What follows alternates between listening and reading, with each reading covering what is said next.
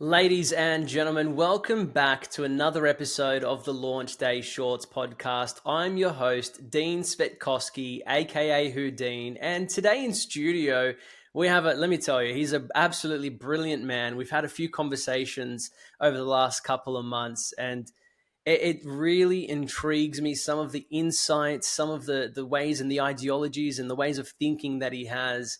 I'd like to introduce Stuart Griffiths into the studio. Stuart, how you going? Yeah, good. Thanks, Dean. Yourself?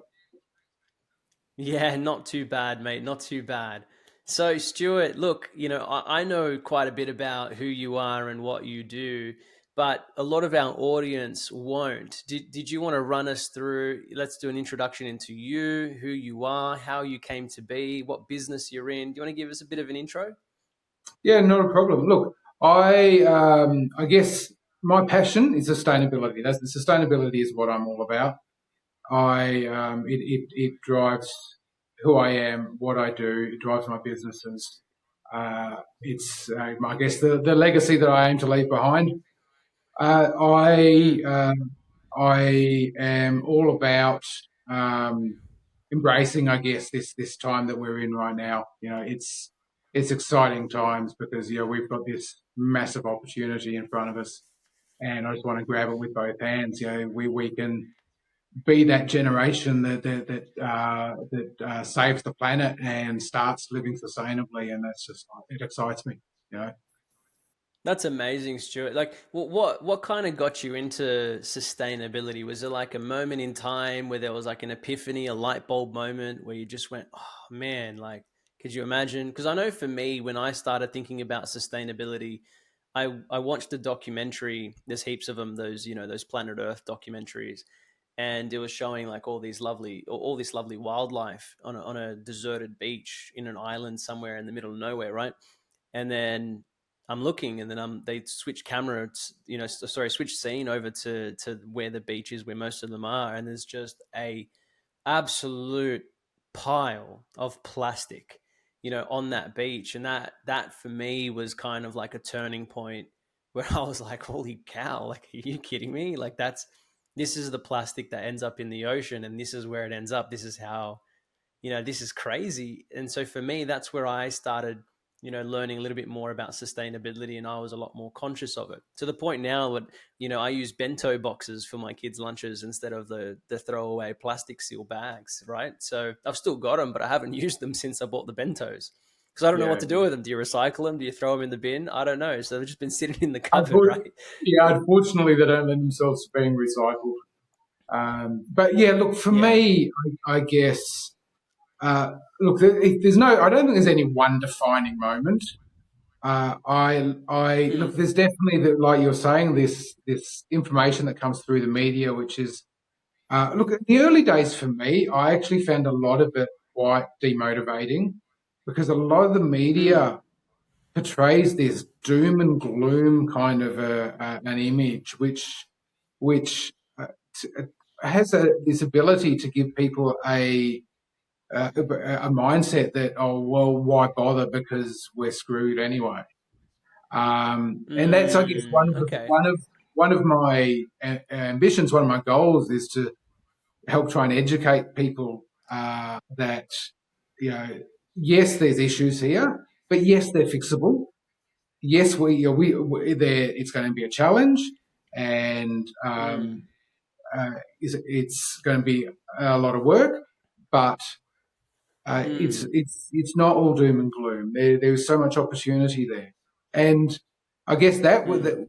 that kind of realization was perhaps where it started. That I started to have that shift in mindset that, hey, this isn't something that we just give up on. This is a huge opportunity, and I guess one of the massive things that really pushed me, really made me start embracing the opportunity and embracing sustainability was when I had a family. Because Mm. that's that moment where you become a lot less, to be blunt, you become a lot less selfish. Yeah, and it's no longer about Yeah, that's yourself. right. It's about That's right. what. There's people that have come into your life that are more important than you. Yeah. Yeah, absolutely, absolutely. And I guess over the years, I do a lot of focus a lot on personal growth, mindset, and self-development. And Mm. over the years, that's kind of developed more and more to the point where I'm much more focused on not just my family but my community and the wider global community and achieving sustainability not just in the sense that to stop global warming, but beyond that. The aim is to achieve a sustainable quality of life for the entire global community. So it's also about lifting Mm. living standards in those third world and developing nations, whilst Mm. supporting them in doing that in a way that doesn't also further compromise the issues of environmental sustainability. Yeah, no, I can see where you're coming from with that.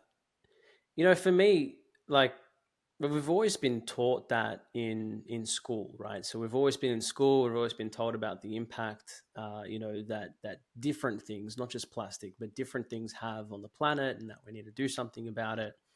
What do you say to? Because I feel like I agree with you that the media sometimes over sensationalizes the idea and the motive behind sustainability, and I feel like, especially after having conversations with you, it doesn't have to be a complex and sophisticated issue. It can just be a very simple issue that we all, it all becomes part of our routine day to day that we can include in what we do, without pushing this massive narrative like the world's going to be on fire, you know. And so, like, when I see people, what's the see? I don't even know her name. What's the name? The one from bloody Sweden or something like that. It, the For the life of me, someone fill us in here. But anyway, the chick that goes around, she's an activist for global warming and sustainability and things like that. Massive, massive. But she's very controversial, like too controversial to the point where I'm just kind of like, there's an agenda behind there that's bigger than just how we're all contributing to sustainability. I mean, what's your sort of take on that over sensationalized media and I suppose the extremist views in sustainability? Where's the fine balance for you between both places, the everyday And people and the extremists? that is the key. That is finding that balance. I mean, look, I get. I don't. I'm not knocking the extremists. Greta Thunberg, that's the one. Greta Thunberg. The extremists. Yeah. Those extremists. One of the advantages that they do provide is they do push the message out there. They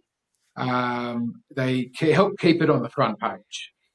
Mm. Look, they certainly, whether or not you necessarily agree with what they're specifically saying, they do help keep the fact that the broad issue on the front page. So they certainly have a role Yeah. and add value to the cause, absolutely. But yeah, like you Yeah. say, I mean, they can also perhaps for people who are not sustainability extremists, but they care about the environment, they want to do the right thing. They can all, on the flip side, quite frankly, scare these people off a little bit. Um, Yeah. so it's about, I guess, like you say, trying to find that middle ground. And look, this is, I guess, where I come in, where I'm with the gap that I'm hoping to try and fill is, Yeah. and to do that by helping educate the average household when it comes to sustainability and what they can do. And it's about doing. It's what I use the term sustainable sustainability, and which Mm.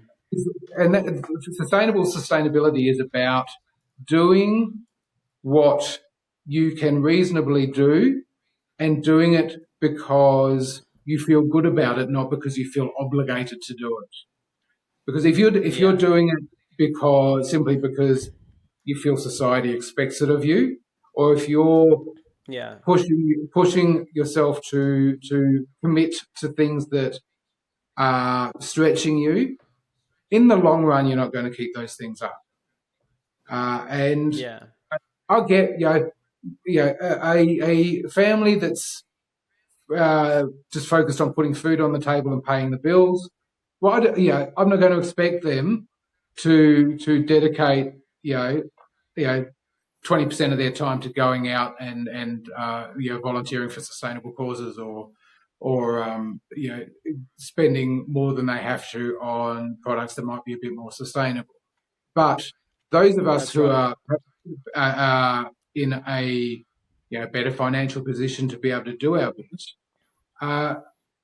absolutely, that's what we need to do.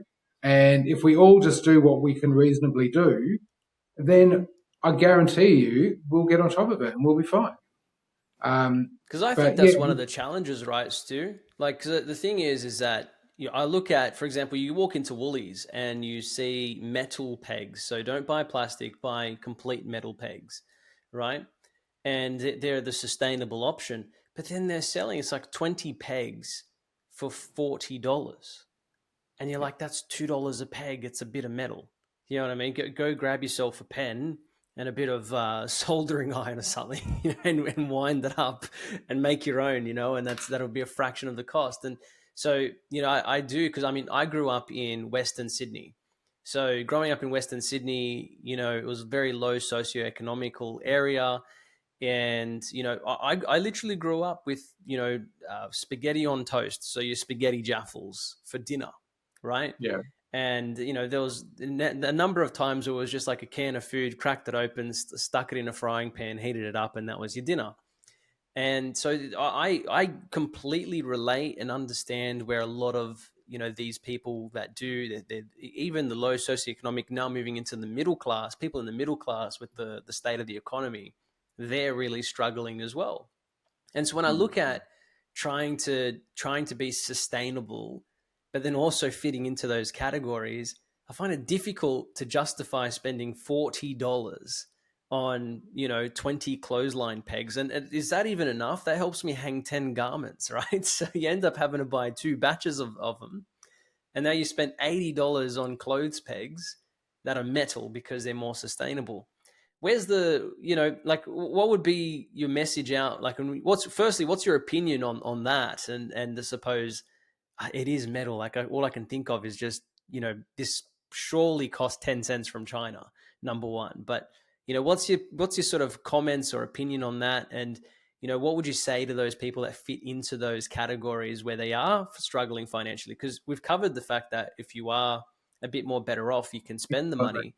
But what's something that someone at home that may not be well off financially or has got a lot of budget constraints right now, what can they do towards sustainability? well, look, I think one of the you kind of touching on one of the key issues here as well is in regards to misinformation that's happening. There's a lot of misinformation around sustainability, and plastic are a classic Mm, example. Well, I would say don't waste your money on the metal pegs. Buy the plastic, because the thing is, mm. plastic is painted as this, the evils of plastic. Hey, yes, I'm talking to you. And I know it looks like the interview, but it's actually not. We're taking a really quick, short break so that way you can hear me out. I really want you to hear me out here. If you are a business owner, you are building your personal brand. I mean, you could be anyone. You could be a real estate agent, you could be an astronaut, an IT professional. It really doesn't matter who you are and where you fit into the world. This interview is great for you.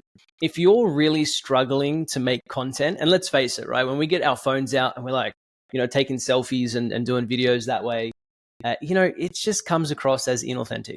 And the other side of that as well is the fact that it's just so hard to come up with ideas of what kind of content to create. And this is where our interviews absolutely bring a powerhouse and an arsenal of, basically a war chest in terms of your organic content marketing that you're creating. We create the TikToks and Reels for you. Here's the thing. I've got some great news. The great news is that this interview is completely free.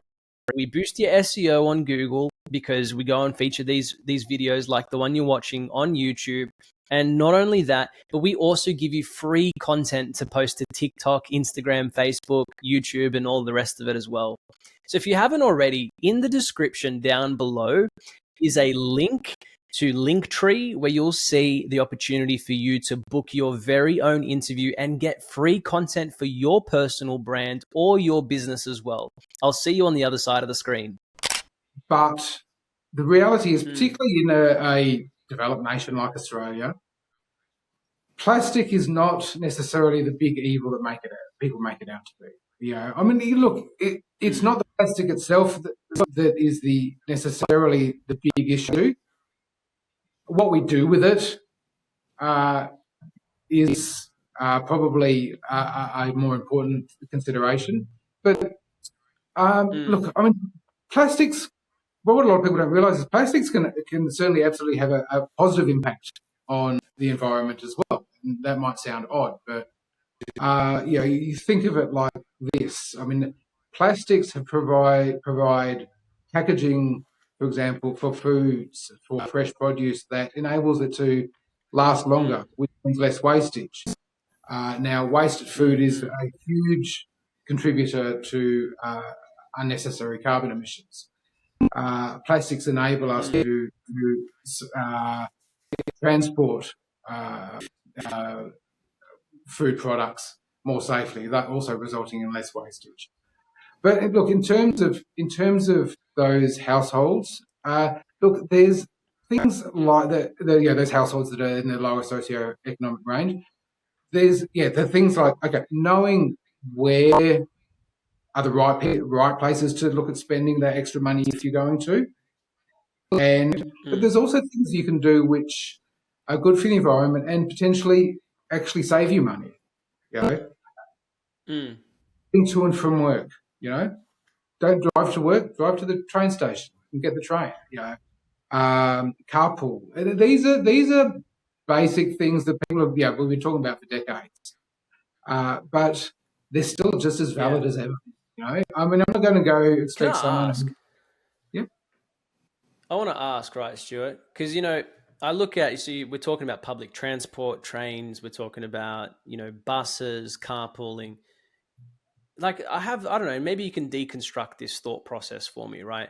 But for me, I feel like, okay, so if a million people travel from Western Sydney to Sydney every day, or for example, from Dandenong to Melbourne every day, or wherever it might be, right? From Christie's Beach to Adelaide every day, you know, so there's a commute that's involved.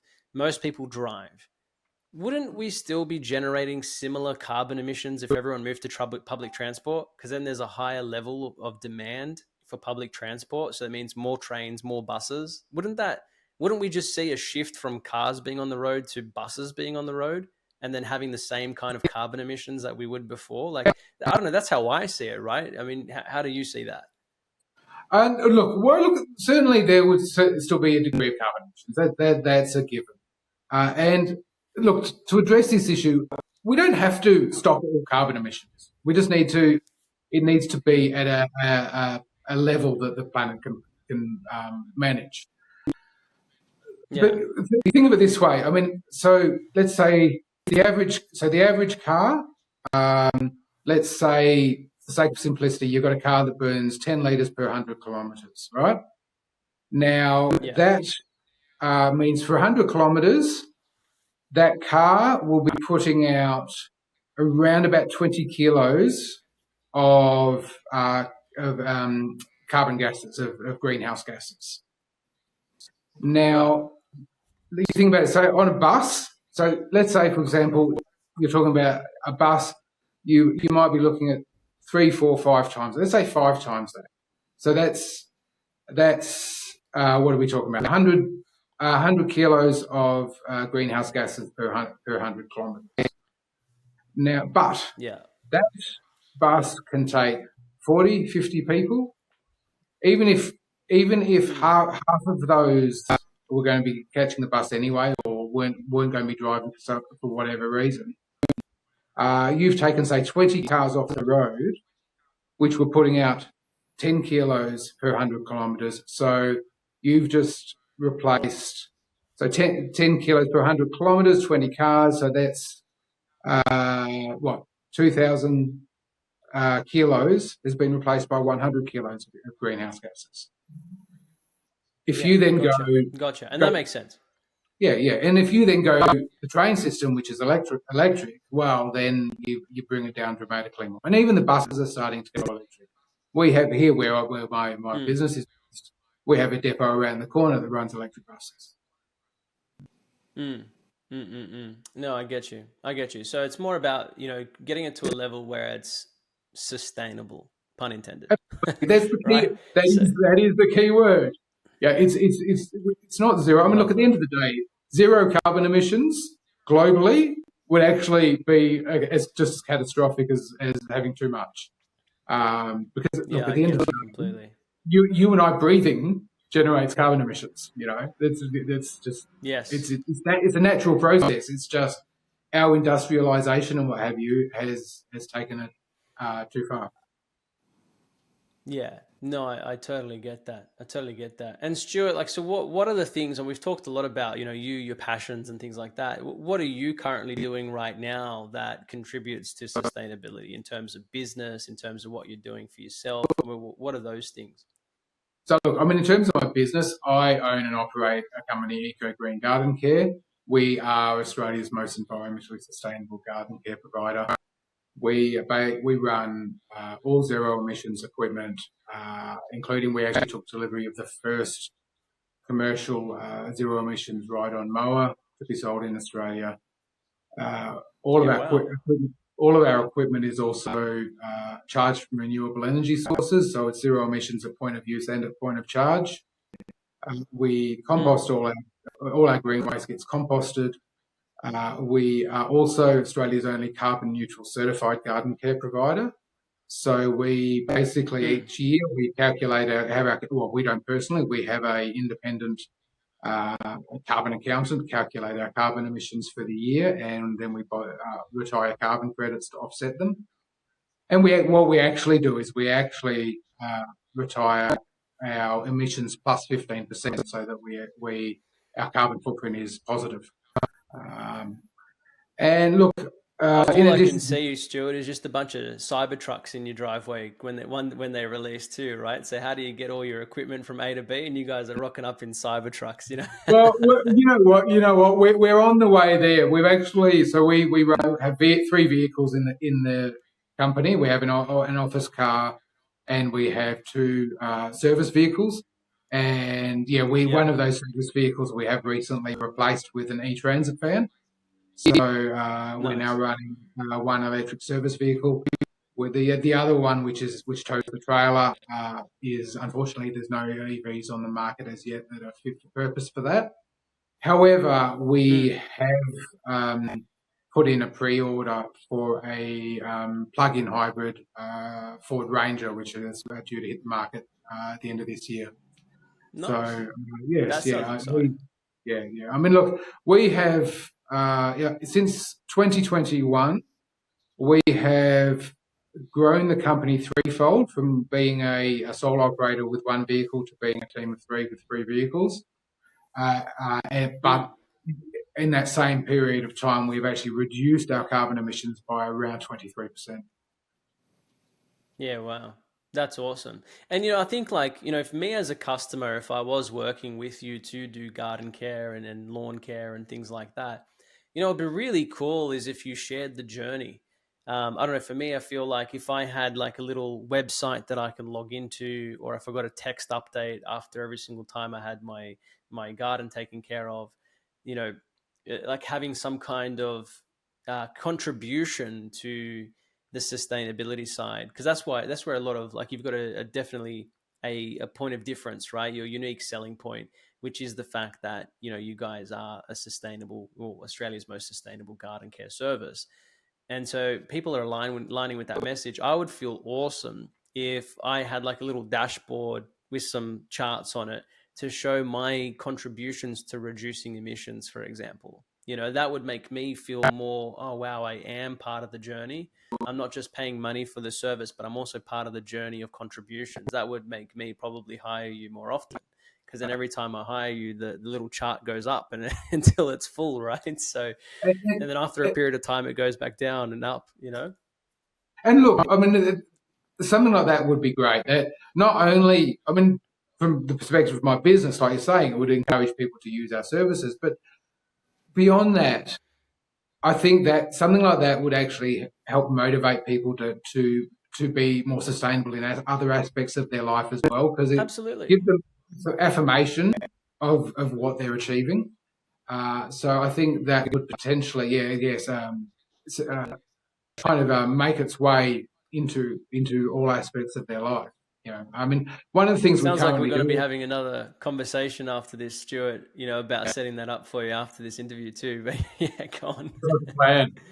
I mean, look, one of the things we do at the moment, which is certainly not as comprehensive as that, but just to help give our clients some recognition for the contribution that they're making, is we actually do provide all our clients with a certificate of recognition for their contribution to sustainability. So I love that. particularly with our commercial clients and our luxury apartment buildings that we service, they can put that on their reception at the reception desk and proudly display the fact that they're contributing to sustainability. I love that. That's brilliant. That's brilliant. Well, Stuart, listen, it's been a great interview, and it just sounds like to me that we're more than likely we're going to have to do a longer interview because I feel like there's so much that's been left unsaid. So, definitely we'll look to get that one done in the near future. I think we'll need to allocate an hour and a half to that conversation. But Stuart, look, there's going to be so many people that are just busting out the seams on the edge of their chair with a burning desire to reach out to you and find out what you do and follow your journey. Where can people find you? Uh, that's a good question.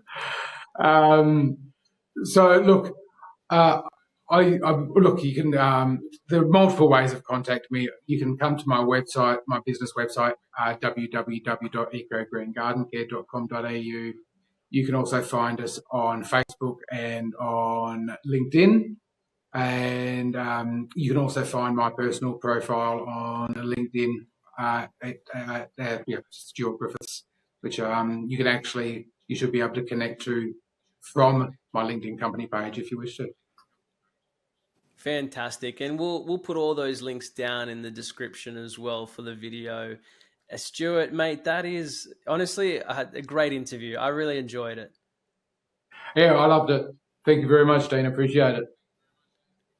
You're very, very welcome. And for everyone that's listening at home, the car, the office, wherever you might be, don't forget to subscribe to our videos as well to hear more great stories just like Stuart's as well. And, if you have a controversial opinion or a supportive opinion that you'd like to leave in the comments, I'm pretty sure Stuart's going to be monitoring the comments as well to see if there's any contributions that he can make in this video. We'd love to hear from you, right? We no matter which side of the fence you sit, we welcome all types of opinions near and far, and we're all happy to constructively debate about them. So please feel free to go and leave those comments. Stuart, thank you so much for coming along, mate. Really appreciate it. And for everyone, we will see you again on the next episode of the Launch Day Shorts podcast.